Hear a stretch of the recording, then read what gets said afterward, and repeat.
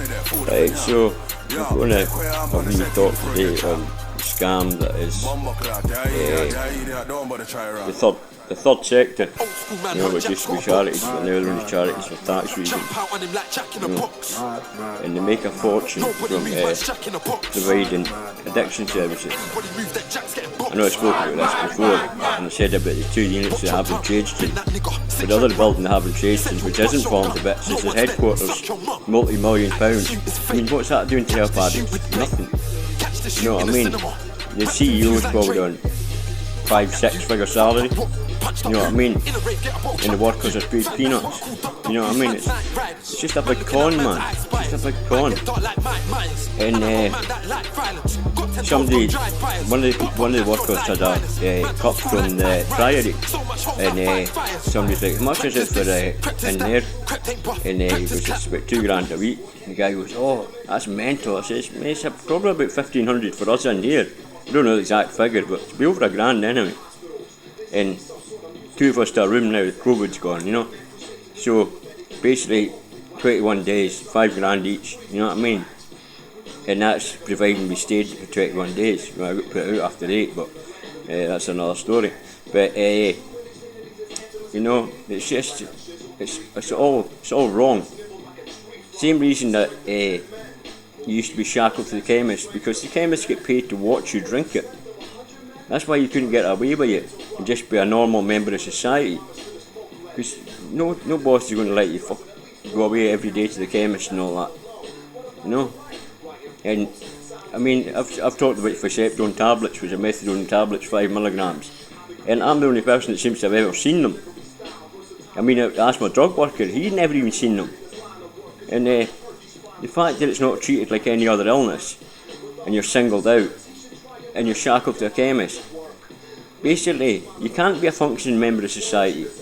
You know what I mean? And these so-called charities, you know, and anything but. I mean, they think rehab is basically detoxing you off drugs, but it's not. I mean, that's just the start of it. I mean, one of them, the stabilisation unit, we're going to put him out for being suicidal. I've been waiting 18 years to get into rehab, and I got in. Do you not think I'm going to be a bit emotional, you know? First time I've been straight in 18 years, you know? So obviously my head's going to be screwed right up, you know what I mean? And I told them, there's no point in phoning out hours, you know? But they still done it. And because it took up too much staff time, then they wanted to put me out. And eventually did put me out on the 1st of January. Very nice of them. And actually told me, make sure you're at the chemist before 2. I found out it shot at 1. You know what I mean?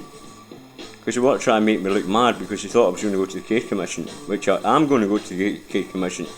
But I'll be writing about both the places, and how it's a big taxpayer funded scam. You know what I mean? It was ironic, because see, when I did get put out, obviously I'm not a Glaswegian, right? I'm a Teuchter. I'm proud to be a Teuchter, right? The term Teuchter actually comes from tough meat being chuck. It means the tough ones, right? And so I'll always be proud to be a Teuchter.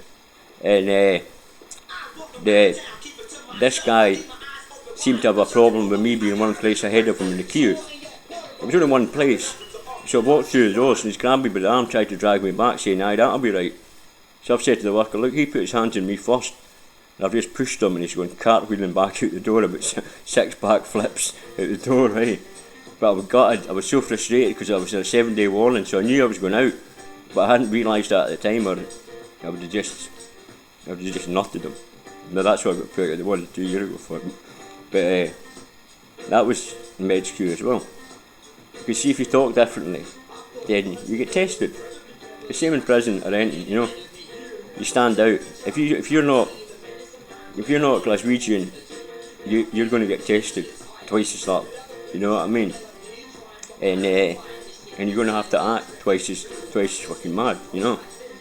Or you can't take shit off nobody, or you're just going to be a bitch, you know. And that's the fucking truth. But you know, I mean, Teuchter, I don't know how it's somebody tried to tell me it meant a well-dressed Glaswegian. I'm like, how did you figure that became a derogatory term for a Highlander? You know, where's the logic in that? Well, saying that, I mean, it's hardly logic. This sums it up, right? There was this wee guy, right? He's putting on rebel tunes and all that, right?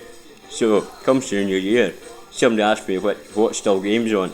I said, it's the one when they go to the wee island and they hand over a £20 note, and the barman's looking at it and he's going, oh look, there's a picture of Berwick Castle on it. Have you never seen one before? And he goes, of course not, have you, beep. And the wee guy that's putting on all the Republican music said, try getting rid of Scottish money in England. And I says, you got to try get rid of Irish money in Scotland or England. And he goes, brainbox, doesn't know they use the euro in Ireland. I'm like, mate, you don't even know what you're fighting for. I mean, how, that sums it up, how retarded is that? I mean, people go out and stab people over that, you know, and don't even know what they're talking about. It's crazy, man, it's crazy. And it's all learned behaviour. I mean, half these ones that sectarian and all this, Red and Ulster or the Republicans, when's the last time we were at church or chapel? Probably a funeral, a wedding. So religion's just an excuse for more hatred. We need to get solidarity amongst poor people. It's all of us that's getting fucked here. You know what I mean? We're getting robbed. And we're too busy fighting amongst ourselves about immigration or bloody... I mean, these people are stupid enough to think that leaving the EU is going to stop... stop immigration, you know? They wanted to come out of the EU because EU workers have too many rights. Because Tories hate the European Charter on Human Rights because it gives the workers too much rights. You know what I mean? And they want people from, mark my words, the next 10 years you'll see people from Southeast Asia, Indian subcontinent and all that, people who don't have any rights. And that's where the cheap labour will be coming from. And I'm sure that will come to pass. I mean, I'm not the Branchier. I'm not even Nostradamus, who was a poor. I mean, it's so ambiguous, you could interpret anything out of it, but check out the Branchier, Kenneth Mackenzie, and his stuff came true from word for word, and some of it was really mad. I might actually post it on here. But mark my words, they'll start getting their cheap labour from Southeast Asia now. You know what I mean? Because they know they're desperate. How many have died in trying to get across in lorries and all that? How many get caught in big cannabis growers, basically as modern day slaves? You know, that's the kind of people they want. Mark my words.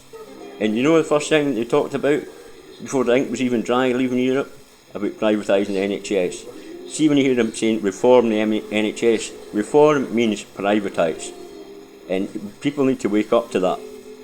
Because a third of it is already privatised. I mean, 246 ambulance providers. I mean, yeah, we're not paying for it yet, but the government's paying for it on our behalf. So, I mean, wake up before it's too late. This is a call to action for everybody. I don't care if you're gay, straight, non-specific gender, black, white, yellow, fucking pink, like Mr. Blobby. I don't care. As long as you want the same things as us, a better life. Stop the reason that 450 people have more wealth than the bottom 3 billion. If we want to do anything about that, we need to band together. Power to the people. IKWA.